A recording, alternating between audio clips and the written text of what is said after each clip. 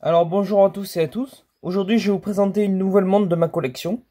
Après la montre Orient Ray 2 Black, je vais vous présenter ma première montre vintage automatique, une Seiko SKX 033 sur bracelet jubilé. Alors c'est une montre qui est sortie au courant des débuts des années 90, qui était disponible en plusieurs versions. Une montée sur bracelet métallique type Oyster Seiko, qu'on a pu retrouver aussi sur les Seiko 5 d'après.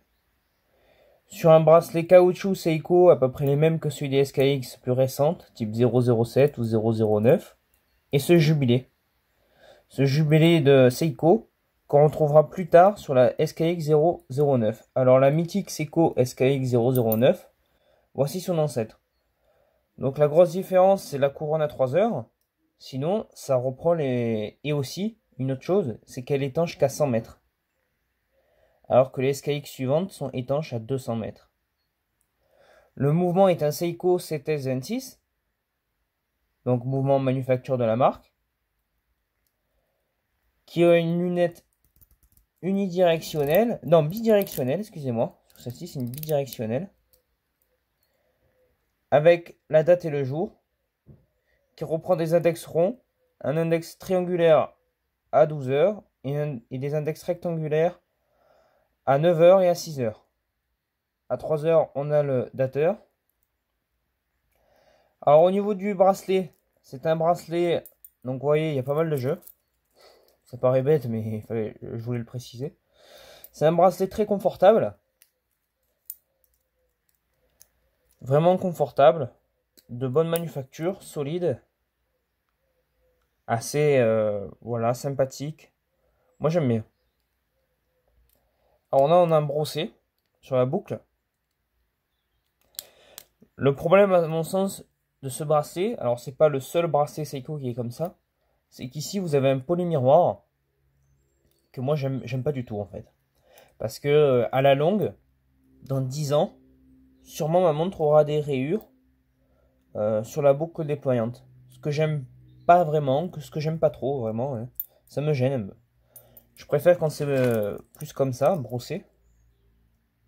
Ça vieillit beaucoup mieux, je trouve ça enfin, plus sympathique et sobre. Sinon c'est un 40 mm, donc vraiment un gabarit classique, standard, intéressant.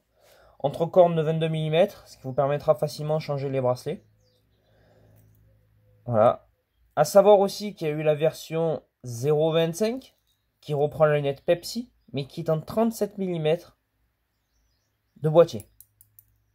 Il y a aussi après la version 31 qui reprend la lunette noire Seiko, qui a aussi existé. Et il y a eu la 23, lunette noire, aussi en 37. Donc il y a tout, à l'époque il y avait deux gabarits. Vraiment ça, je pense que, enfin pour moi c'était vraiment super. Parce que Seiko permettait déjà d'avoir un modèle sur trois bracelets différents et dans deux tailles différentes.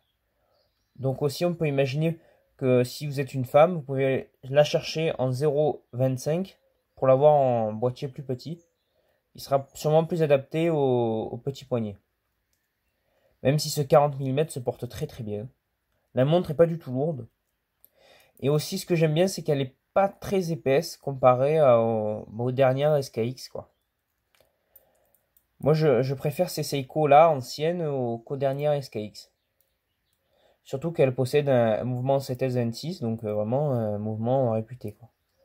Donc la couronne est vissée, mais comme je vous expliquais avant, elle n'est pas étanche à 200 mètres, qu'à 100 mètres.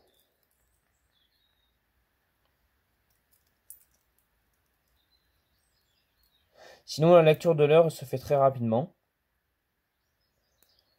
C'est vraiment... ça, j'aime bien, moi. J'ai toujours aimé ce type de montre. Donc en fait, c'est l'ancêtre de nos Seiko actuels qu'on voit. Donc automatique, ça part de là, quoi. Donc c'est la 033. Alors c'est une montre aujourd'hui qui a un peu tous les prix. On retrouve des modèles à 100, 120 euros des fois sur eBay, qui sont assez fatigués, ou vous n'avez pas le bracelet d'origine, ou un bracelet caoutchouc. Vous retrouvez des versions magnifiques euh, avec la boîte neuve, hein, des montres qui ont été ou pas portées ou très peu, qui eux se vendent entre 300 et 450 euros suivant le pays et, euh, et l'état, quoi, l'état du full set. Et sinon, des modèles, enfin, vous pouvez en trouver aussi des fois à 250 euros, hein, j'en ai vu quand je cherchais à 250 euros. Le plus dur, c'est voilà, c'est de trouver un jubilé. Elles ont été énormément vendues en bracelet métallique standard Seiko. Alors, on en trouve beaucoup à l'étranger. Celle-ci a été achetée enfin, vient d'Espagne. Mais pour les autres modèles que j'ai cherchés, il y en avait une en Italie, une qui venait du Japon. Il y en a beaucoup à l'étranger, quoi. Donc celle-ci, moi, je l'écoute, enfin, je l'ai achetée 260 euros avec les frais d'importation, de transport et l'assurance, 300 euros. Alors voilà, aujourd'hui c'est un peu les prix qui se négocient. Moi je l'ai payé sûrement un peu plus cher parce qu'elle n'a pas le full set, mais c'était surtout, bon l'état est très correct, mais c'est surtout pour avoir le bracelet jubilé qui est assez rare. Donc je pense que c'est une montre qui va, je sais pas si elle prendra de la valeur, honnêtement. Peut-être un peu, mais je pense pas dans 10 ans on la vendra 1000 euros quoi. Mais c'est une montre au moins qui signe SKX un peu différente, c'est ce que je cherchais, avec des codes plus classiques. Voilà. Moi, c'est une montre que j'adore, hein. Donc 40 heures de réserve de marche. Mouvement hyper fiable, hyper réputé. Enfin, je pense que hormis que si vous la faites tomber ou qu'il y a un accident, enfin, vous n'avez pas de problème avec ce type de montre, quoi.